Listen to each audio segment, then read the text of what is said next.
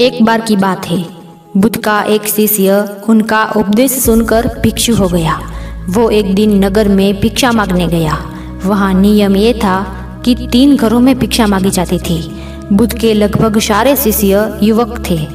ये भिक्षु युवक भी शरीर से गठीला और सुंदर था। एक तो वो यौवन के रंग में रंगा हुआ था, अर्थात तन में आकर्षण था, और दूसरा उसका मन भी पवित्र था, अर्थात मन में ईश्वरीय शक्ति भरी हुई थी। और जिसका तन और मन दोनों सुंदर है, वो परमात्मा के निकट है। वो भिक्षु एक घर के सामने भिक्षा मांगने के लिए रुका। वह मकान वासवदंता नाम की एक वेश्या का था।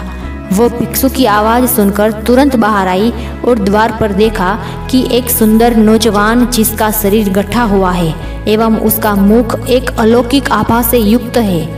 उसको देखकर ऐसा लग रहा था कि वो भिक्षु युवक शांति और आनंद में डूबा है। वह वेश्या तो भिक्षु को देखकर हैरान ही रह गई, जबकि वो स्वयं भी बहुत सुंदर थी। सारा वैशाली नगर उसके पीछे घूमता था कि वो हमको स्वीकार कर ले, हमसे विवाह कर ले, पर वो किसी को भी स्वीकार नहीं करती थी। उस बलिष्ठ और नौजवान भिक्षु को देखते ही वासवदंता उसे अपना दिल दे बैठी। उसने भिक्षु से कहा, घर के भीतर आओ, तनिक बैठो।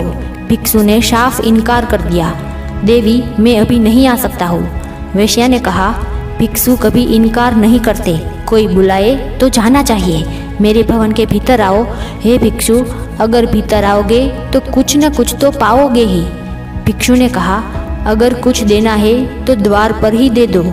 उस वेश्या का दिल और दिमाग उस युवक के आकर्षण में बिल्कुल डूब चुका था। उसको कुछ सुनाई ही नहीं पड़ रहा था। वो भिक्षु कुछ क्षण रुककर आगे की ओर बढ़ गया। तभी वहाँ दासी ने आकर वासवदंता से कहा, देवी, अब द्वार पर कोई नहीं है, भीतर चलो। वासवदंता उस भिक्षु के ख्यालों में से बाहर आई। वो बहुत दुखी हुई और पीड़ित हुई। जब स्त्री के प्रणय निवेदन को कोई पुरुष ठुकरा देता है तो उसकी हालत बड़ी खराब हो जाती है। वासवदंता ने अपने जीवन में एक ही बार और एक ही पुरुष के प्रति लगाव रखा था। उसने भी इनकार कर दिया। उसका दिल टूट गया। उसने नृत्य बंद कर दिया और गाना बंद कर दिया। जो दिन भर मुस्कुराती थी और लोगों का मनोरंजन करती थी, वो सुंदरी वासवदंता बिल्कुल मौन हो गई। उसने अपने भवन के द्वार सबके लिए बंद कर दिए। वह किसी से भी अब नहीं मिलती थी।